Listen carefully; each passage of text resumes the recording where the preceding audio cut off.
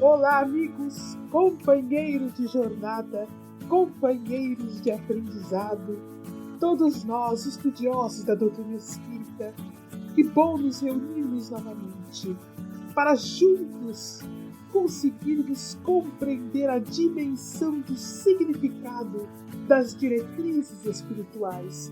Em particular, hoje, juntos compreendermos as diretrizes espirituais para o Brasil, a responsabilidade que nos cabe perante tudo isso e, mais do que tudo, a importância de concentrarmos todos os nossos esforços a fim de que a bandeira da fraternidade se consolide no Brasil, a fim de que o país realmente se torne um representante do Evangelho do Cristo. Porque representar o Evangelho de Jesus é representar o amor ao próximo. Sempre é para cada um de nós individualmente um desafio imenso vivenciar as diretrizes de Jesus contidas no Evangelho. Compreendê-las e traduzi-las no nosso cotidiano é o desafio da evolução. Acima de tudo, nós temos também um novo caminho a percorrer.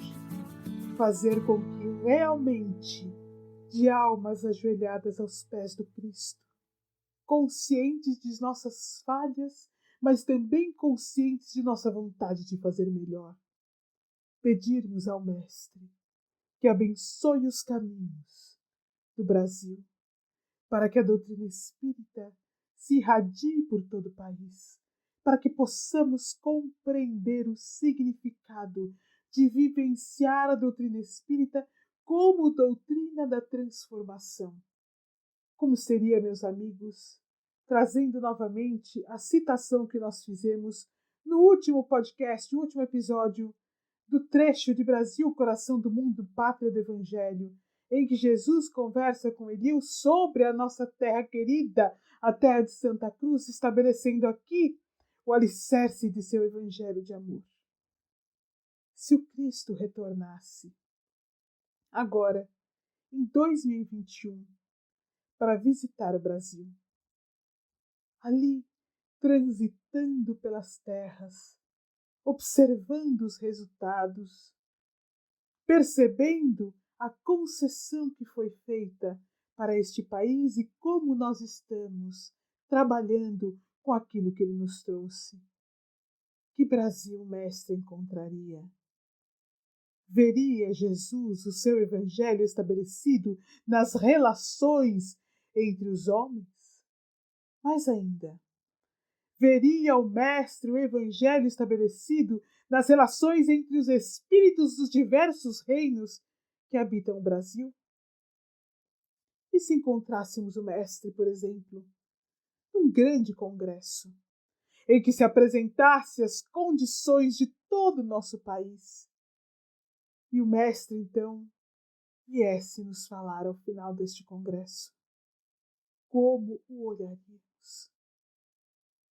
O que diríamos ao Senhor de nossa parte individual, no esforço contínuo como cristãos, como espíritas, como conhecedores da evolução, para que dentro de todas as nossas possibilidades, a confiança que Ele depositou em nossas mãos, de expandir o Evangelho, tenha se espalhado, implantado, crescido dentro de tudo que nós podemos realizar. Hoje, meus amigos, nós vamos falar da Amazônia. Falaremos de um documentário chamado Amazônia Sociedade Anônima, que vocês podem assistir ou no YouTube ou no Globoplay, que vem trazendo aí um reflexo daquilo que nós vimos sobre aquela citação que nós fizemos, na verdade, sobre o estudo da Bioscience, assinado por 14 mil cientistas no mundo, alertando o nosso planeta quanto às condições de UTI em que ele se encontra e falando particularmente sobre a condição da Amazônia, conforme nós citamos no episódio anterior.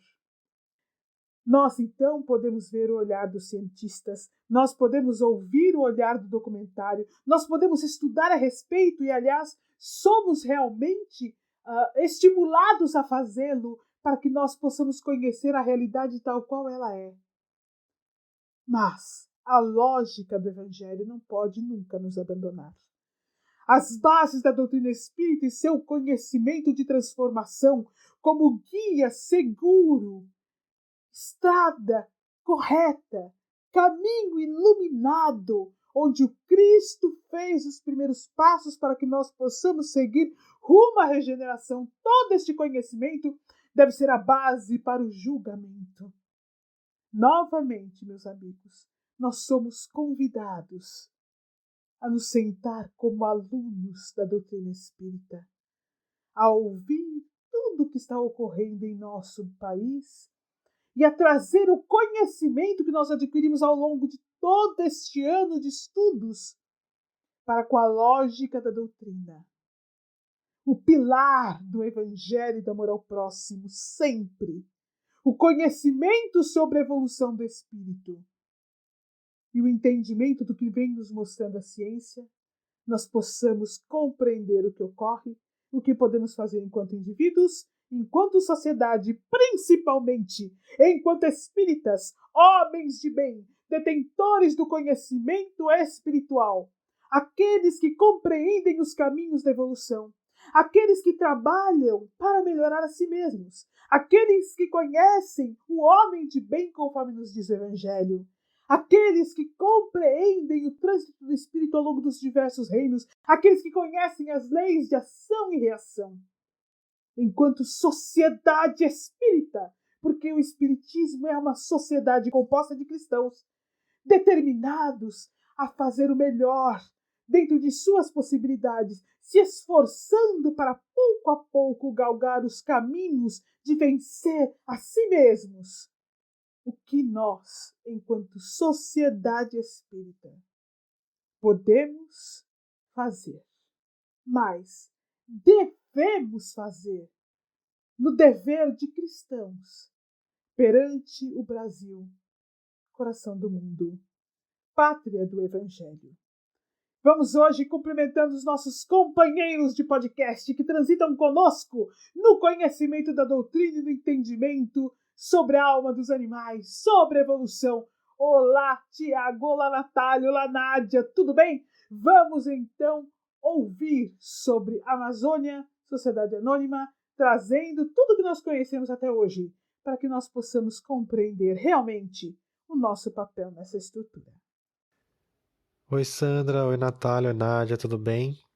Mais uma vez é com um grande prazer estarmos aqui para falarmos sobre mais um documentário. Bom, eu vou começar falando um pouco sobre o que esse documentário nos traz de dados. O rio Amazonas despeja 17 milhões de toneladas de água por dia no Atlântico. É a maior bacia hidrográfica do mundo.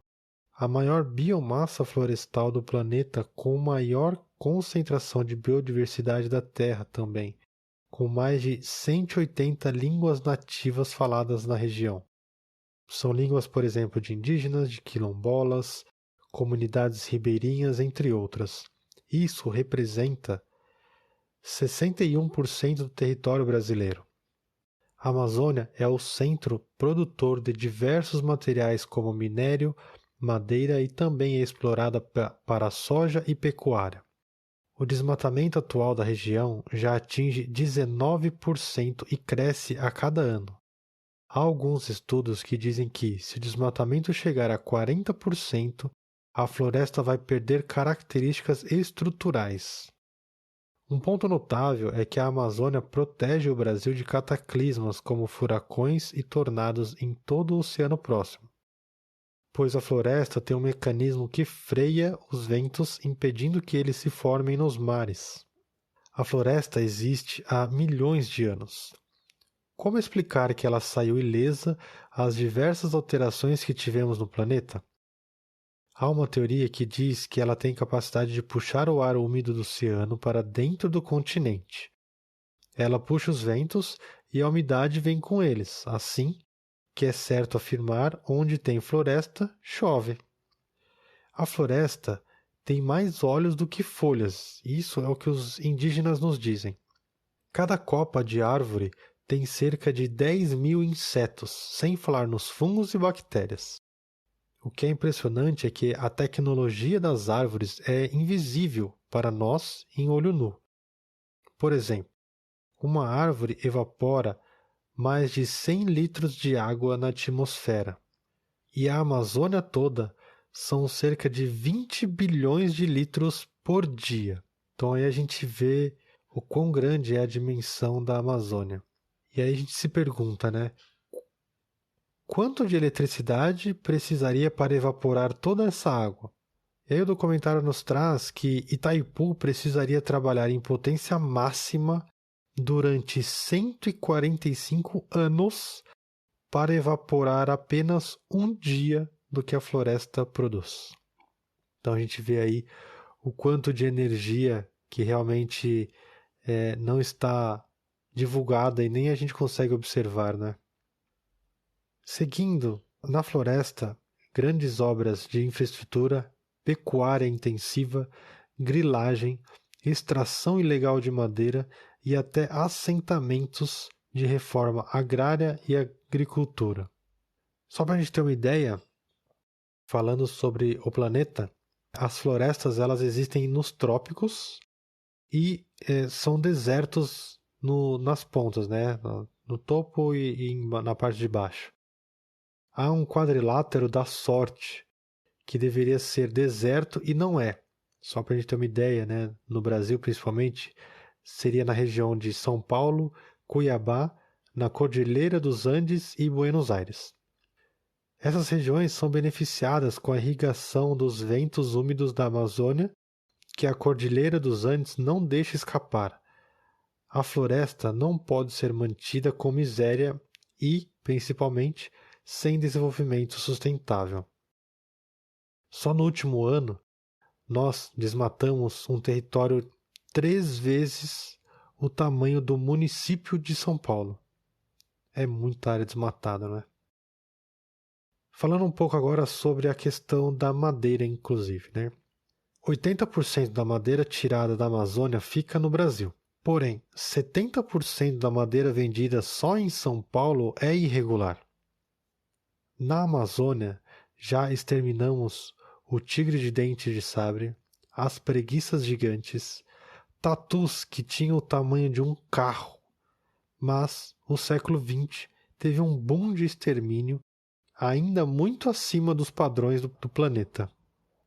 A política do Brasil nos últimos anos foi para desenvolvimento na Amazônia através da posse de terra. Ainda quase 1 milhão de metros quadrados, ou seja, quase 2 vezes o estado de Minas Gerais inteiro, sem assentamento, terra de ninguém, entre aspas. Não é uma área de conservação, não é uma terra indígena e nem apropriada. Por isso há tanto conflito naquela região.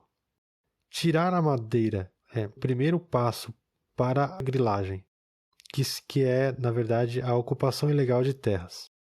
Historicamente, essas terras devolutas possuem uma passagem caótica, principalmente na Amazônia, que o Estado não tem presença forte e chega sempre muito tardiamente. Não há nenhum planejamento. Estradas são abertas sem estudo e carregam com elas os benefícios e principalmente os malefícios, como é o caso da BR-163, que é o principal centro de escoamento das madeiras ilegais. A grilagem, só para a gente ter uma ideia, tem a origem fora da Amazônia, por esquemas muito bem organizados. Imobiliárias vendem terras da Amazônia em São Paulo, que são muito baratas que terras no sul ou sudeste do país, por exemplo, o que gera expectativas e atrai investidores. O primeiro a chegar na terra são os madeireiros, que selecionam as melhores árvores, as mais valiosas. Dependendo da área e da distância, pode demorar anos e a situação dos trabalhadores é análoga à escravidão. O princípio da grilagem é, primeiro, demarcar o território com desmatamento. Na sequência, marcar presença com gado para conseguir o título de terra e, de 5 a 6 anos mais tarde, vender a terra para obter o lucro. Tem o estado do Pará que possui 100 vezes mais títulos de terra que é a extensão do seu território, só para a gente ter uma ideia. Pois é comum a mesma terra ter mais de um dono.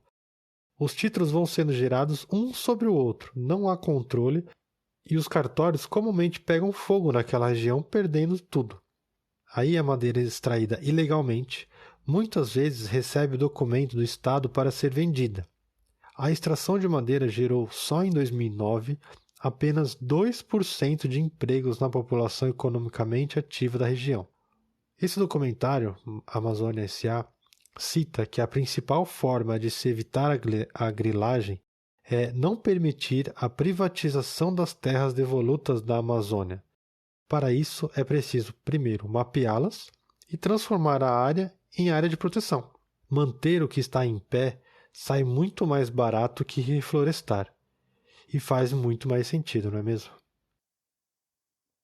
Ouvindo as colocações que nos trouxe o Tiago agora, assistindo o documentário, assistindo outros documentários que nós teremos oportunidade de citar no próximo episódio, nos debruçando sobre os estudos científicos, sobre o que nos é colocado a respeito da importância da Amazônia, nós transitamos entre uma alegria profunda, porque nós conhecemos a evolução.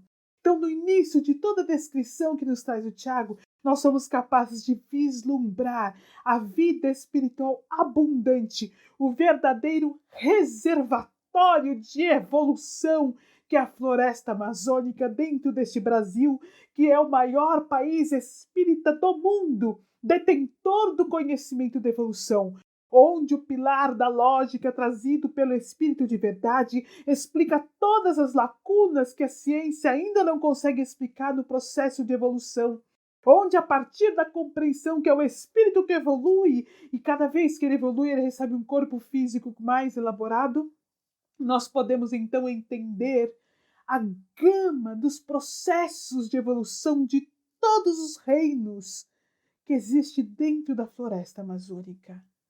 Que campo mágico de luz e de amor! Que campo impressionante e vasto de evolução em todas as fases! A riqueza dos múltiplos e indescritíveis corpos físicos do reino mineral a receber o espírito em seus primeiros estágios de evolução. A gama impressionante de espíritos no reino vegetal de idades absurdas e tão incríveis no desenvolvimento da sensibilidade para os espíritos que encontram aí tantas espécies desenvolvidas que nos impressiona. E o reino animal. Desde os animais inferiores, conforme nos conta André Luiz no livro Evolução em Dois Mundos, até os animais superiores encontraremos aí um trânsito impressionante no despertar da consciência, conforme nós temos estudado. Nosso coração se enche de uma alegria, de uma admiração. Se nossos ouvidos espirituais fossem suficientemente desenvolvidos, seríamos capazes de ouvir a melodia da evolução, o amor de Deus cintilante. Podemos ouvir aí o linguajar dos animais, na terra, no ar, na água. E aí, conforme nós vamos ouvindo sobre a madeira, nosso coração entra em luto por várias coisas. Meus amigos, para se entender mais a fundo, há árvores na Amazônia que chegam a 1.400 anos. Existem árvores de impressionante tamanho que são essenciais para a floresta, para toda a biodiversidade da floresta, para todos os reinos, e essenciais também para o restante do planeta, mantendo a reencarnação de espíritos em todas as fases de evolução, em todo o planeta Terra, independente delas estarem ali, nesta bacia de evolução, nesta bacia impressionante da criação divina chamada Floresta Amazônica. Estudos sobre a comunicação entre as árvores nos demonstram, e há muitos estudos, se você tiver curiosidade, você pode encontrar diversos na internet, que as árvores mais velhas se comunicam com as árvores mais jovens, de tal forma que transmitem para elas a sabedoria de como resistir às tempestades, aos ventos fortes, ao outono, ao inverno, ao sol quente. É magnífico, impressionante. Então nós derrubamos as árvores, quebrando toda esta gama de sabedoria, prejudicando não somente a floresta, quanto todo o planeta. Mas toda esta gama de espíritos que se encontra aí no estágio de evolução tem seus lares destruídos, seus entes queridos mortos pela exploração indevida do homem que ignora o conhecimento do Espírito, que não compreende o significado de amar a Deus sobre todas as coisas e ao próximo como a si mesmo. Por isso, o nosso coração entra em luto. Vou trazer para nós, dando continuidade ao nosso raciocínio, um trecho que está no livro A Caminho da Luz, de Emmanuel, Psicografia de Chico Xavier, em que ele diz o seguinte: as forças espirituais que dirigem os fenômenos terrestres, sob orientação do Cristo, estabeleceram na época da grande maleabilidade dos elementos materiais uma linhagem definitiva para todas as espécies, dentro das quais o princípio espiritual encontrará o processo de seu acrisolamento em marcha para a racionalidade. Vou até reforçar um trecho, uma linhagem definitiva para todas as espécies.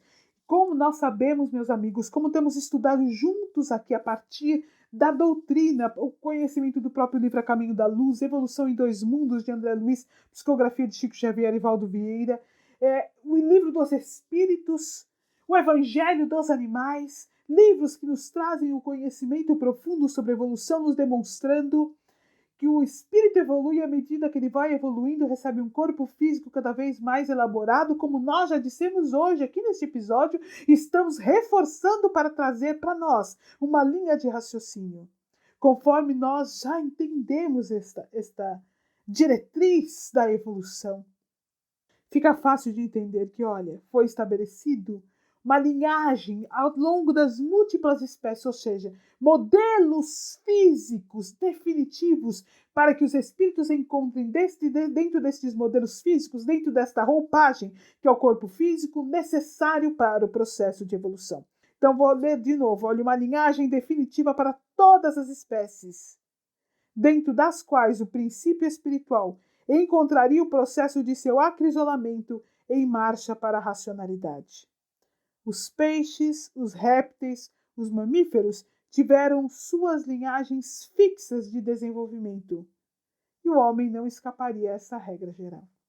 Então, escuto você, Tiago, nos falando sobre a extinção de várias espécies. Sabe o que significa isso? Significa que nós destruímos por completo parte destas linhagens desenvolvidas por esses geneticistas espirituais. Nós conseguimos encerrar com uma parte de modelos de corpos físicos necessários para o desenvolvimento do espírito nessa fase, que não encontra mais na Terra estes modelos físicos para que possa desenvolver a consciência. Então é um processo muito mais grave. Nós tendemos a olhar a extinção das espécies sempre pela ótica humana.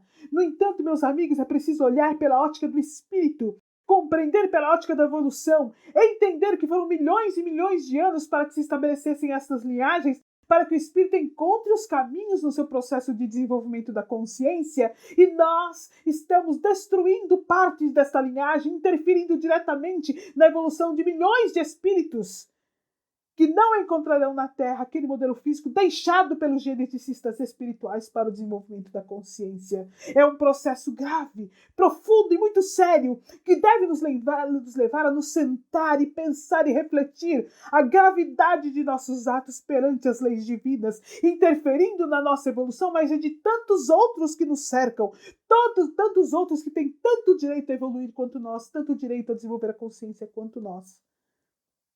Meus amigos, bendita doutrina espírita que nos esclarece. mas também bendita doutrina espírita, que é o pilar das leis divinas, que nos faz entender quanto nós temos a reconstruir, quantos débitos perante a natureza, quantos pedidos de perdão aos nossos irmãos animais. Meus amigos, temos muito a pensar, mas como é importante conhecermos, sabermos o que se passa, porque sabendo nós podemos decidir como espíritos que rumos nós iremos fazer a partir de agora, que rumos tomar.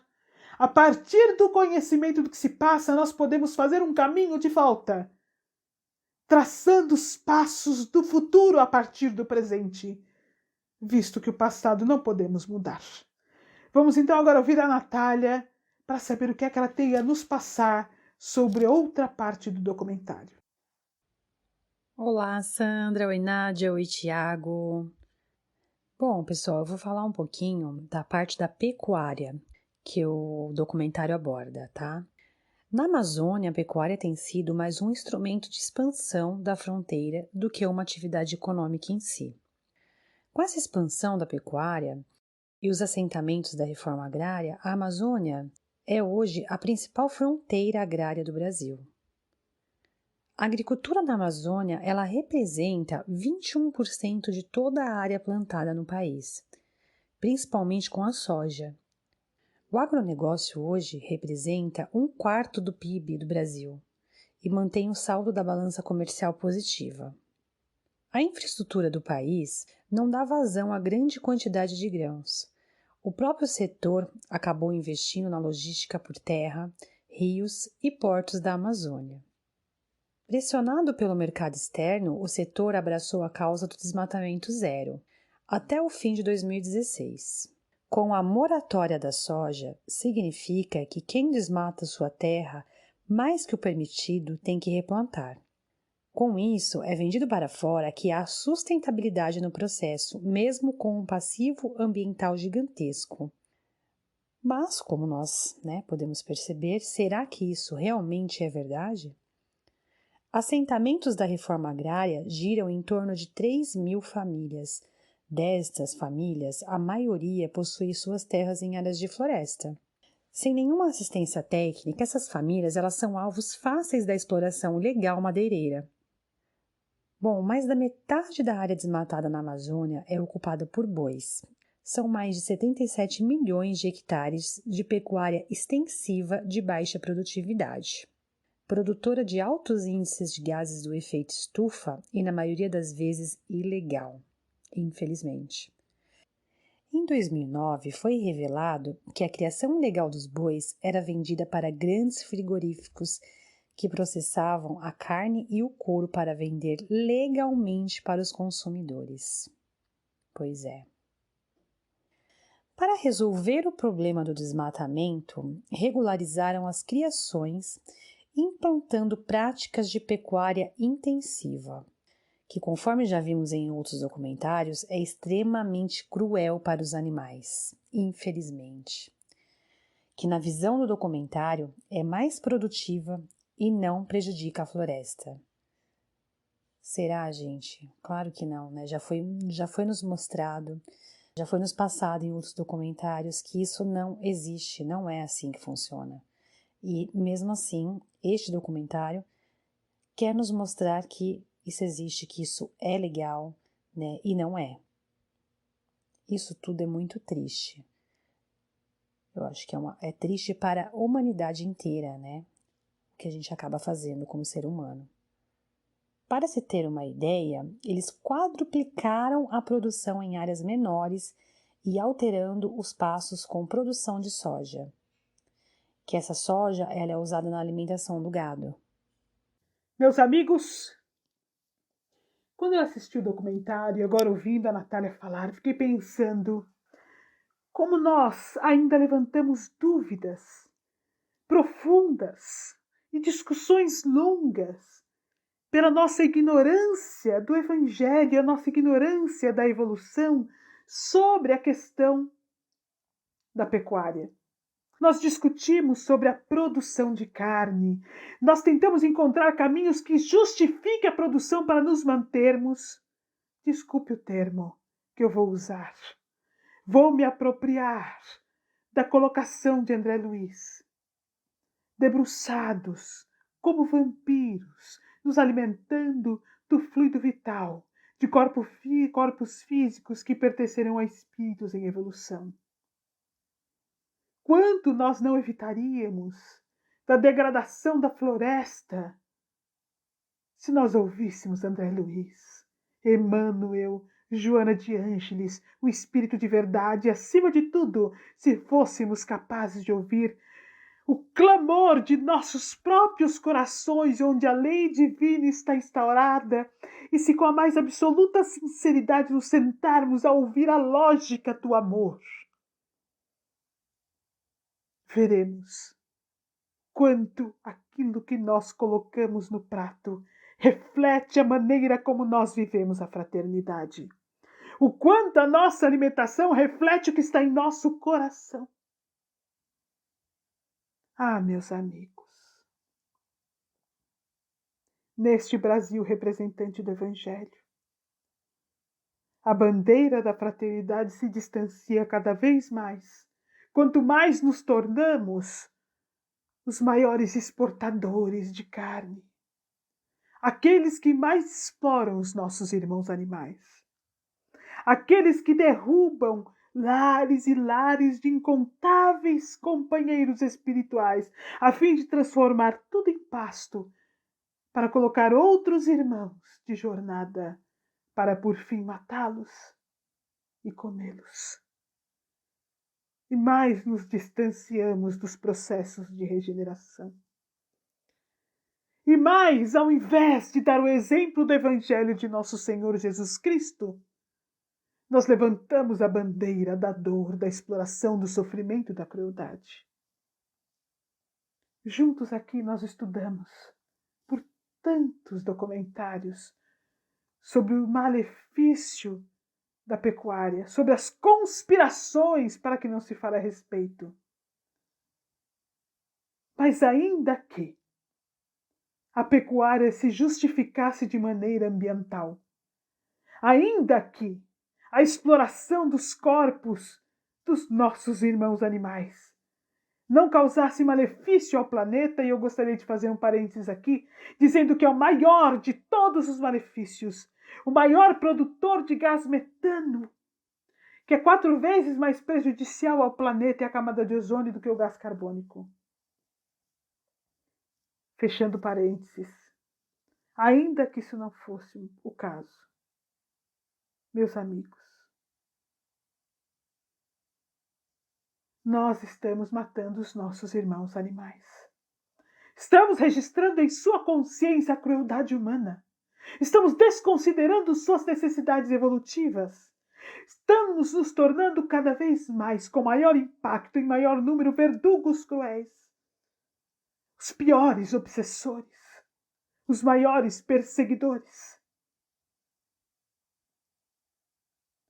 Somente por esta questão, exclusivamente por esta questão, a questão do amor ao próximo, a questão da compaixão, a questão da lei de auxílios mútuos, a questão da lei de justiça, amor e caridade, a questão dos bem-aventurados, os mansos e pacíficos,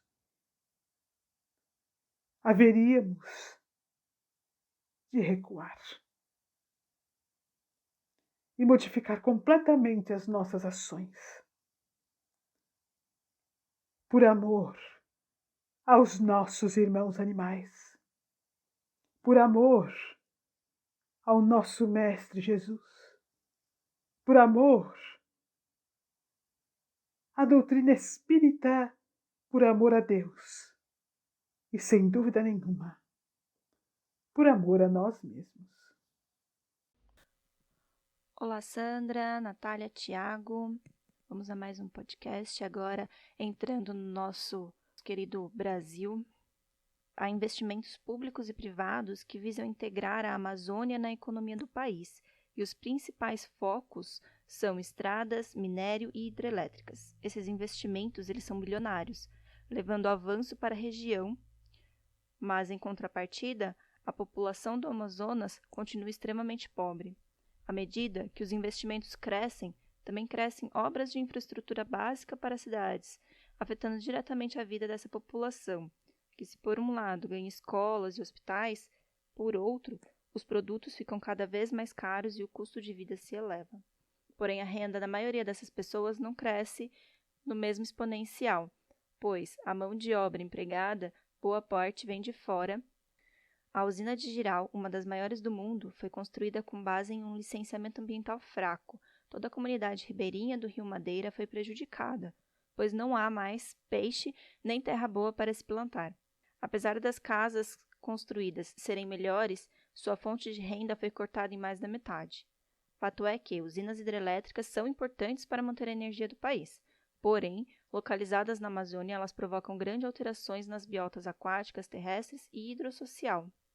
O documentário ressalta a importância do Estado chegar antes das grandes obras de infraestrutura e dar condições básicas para cidades afetadas por catástrofes ambientais posteriores. O país possui experiência em grandes obras e sabe como prevenir certos acidentes futuros, como enchentes, rompimento de barragens, etc. Na época do documentário, haviam planejadas 92 usinas lá na região da Amazônia. Esse número excessivo de obras é preocupante, pois vai alterar as principais bacias hidrográficas do país. Os lucros fiscais dessas usinas ficam nos estados que consomem, então pouco ganho fica no norte do país. Temos muita experiência em todo o sul e sudeste do Brasil em como não se deve construir hidrelétricas e é importante aprendermos com o passado e conservar da melhor maneira possível os recursos naturais para que futuras gerações possam também se usufruir deles. Houve uma redução no desmatamento da Amazônia entre 2004 e 2012, mas a Amazônia não vai ser preservada se isolada e abandonada na pobreza. A partir de 2012, o desmatamento voltou a crescer, pois não houve crescimento econômico, o que levou a população local a voltar com a exploração. Para manter a floresta em pé, é preciso desenvolver uma economia de base florestal. E alguns estudiosos dizem que contar com a experiência dos povos que lá vivem pode ser crucial. Como exemplo, a rede de coleta de sementes, que são moradores da comunidade desmatada pela pecuária, que entram na mata para coletar sementes em busca de complementação de renda. Essas sementes vendidas agora também são usadas para reflorestar parte da mata perdida. O documentário reforça também a importância de fixar a ciência na Amazônia, incentivar os estudiosos a irem para lá e que estejam comprometidos com a região. Garantir o reconhecimento de posse de terra para as comunidades locais também é importante, pois assim impede o avanço da posse ilegal de terras. As unidades de conservação da Amazônia foram um dos pilares que reduziu o desmatamento na região. É preciso ter um plano de longo prazo para realmente acabar com o desmatamento, discutir o conceito de desmatamento zero e compreender que todos devem contribuir para que as ações tenham efeito e possamos proteger a nossa floresta. Nádia, ouvindo as suas colocações, após assistir o documentário, trazendo a doutrina espírita para tudo que nós estamos ouvindo, somos brasileiros.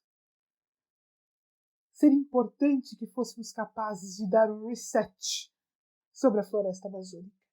Como se, de repente, o mestre nos presenteasse com uma floresta que nós não conhecemos e nos pedisse o que está intrínseco, obviamente. Nós estamos trazendo uma situação hipotética, mas está intrínseco devido à gama da diversidade de evolução de modelos físicos que estão dentro da Amazônia, há espécies múltiplas que estão somente dentro da Amazônia.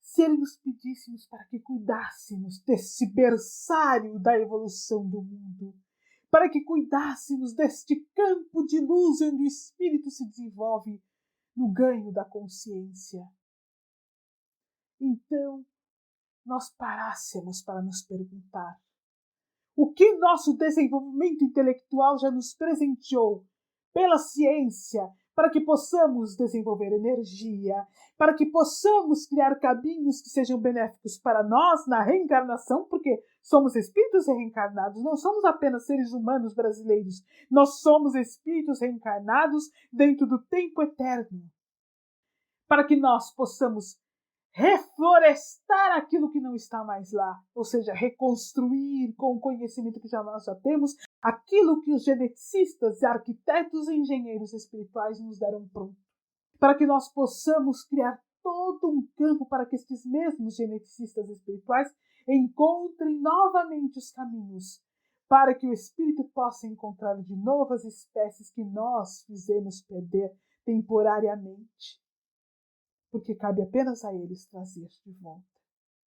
Como vivenciar na Terra esta fraternidade universal, fazendo de nossos caminhos o exemplo do Evangelho? Este é o nosso desafio atual.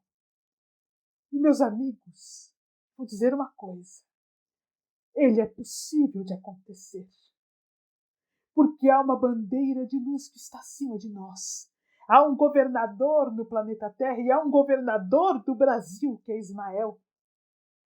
Há uma programação por parte da Falange Verdade para este Brasil. Há um caminho determinado dentro do processo de transição para a regeneração. Há a necessidade absoluta da expansão do Evangelho. Há um traçado de luz sobre os caminhos que se configurarão nas próximas décadas. Cabe-nos decidir se vamos trilhar este caminho representando o Brasil como coração do mundo, pátria do Evangelho, os animais como nossos irmãos mais jovens, os vegetais como necessitados do amparo, os minerais como caminhos de evolução, pisando na terra e no Brasil como o solo sagrado onde o mestre também pisou, ou se vamos nos manter na negligência e na ignorância espiritual, conscientes, no entanto, de que também responderemos pela lei de ação e reação. Nós vamos encerrar o nosso podcast de hoje com esta reflexão profunda para cada um de nós, para nós também, voluntários da SEAMA, porque há muito a se pensar sobre os passos que nós precisamos dar. Com uma colocação que está no final do livro Brasil, Coração do Mundo, Pátria do Evangelho, de Humberto de Campos, psicografia de Francisco Cândido Xavier. Após os estudos que fizemos ao longo deste ano, de podcast Fala Animal, da Associação Espírita de Amigos dos Animais, após os estudos da evolução, após o entendimento desses podcasts numerosos que nós fizemos sobre o meio ambiente, e agora olhando para o Brasil, refletindo, conhecedores dessa verdade, nos diz Humberto de Campos. Supliquemos a Jesus se digne derramar do orvalho de seu amor sobre os vermes da terra. Que as falanges de Ismael possam, aliadas a quantos se desvelam pela sua obra divina, reunir o material disperso e que a pátria do Evangelho mais acende e avulte no concerto dos povos, irradiando a paz e a fraternidade que alicerçam indestrutivelmente todas as tradições e todas as glórias do Brasil. Vamos deixando, meus amigos, o nosso abraço fraterno. Nossa gratidão imensa por terem estado conosco. E até a semana que vem.